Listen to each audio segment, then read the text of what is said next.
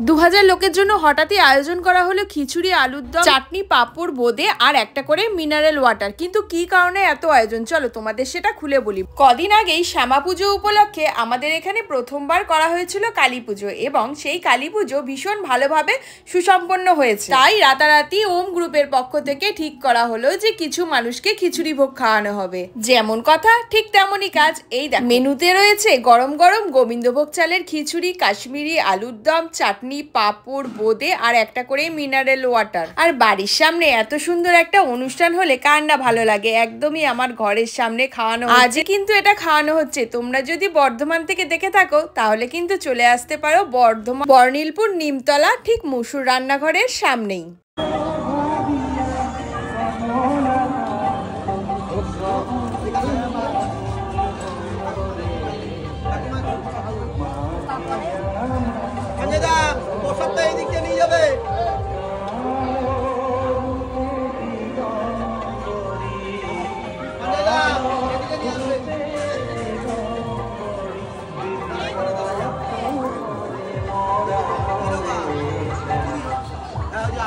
গাড়ি নিয়ে খিচুড়ি খেতে চলে এসছো নাকি?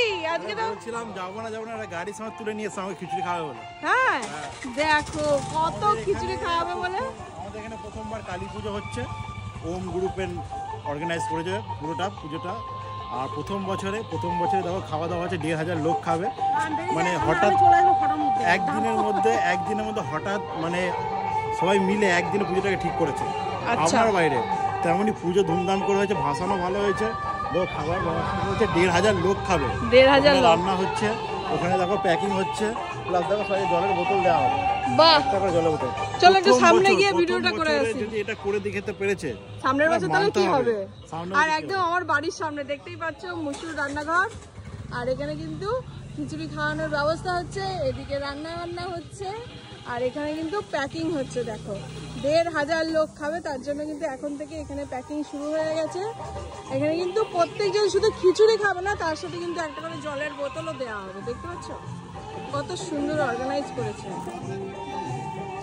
কি প্যাকিং হচ্ছে এখানে?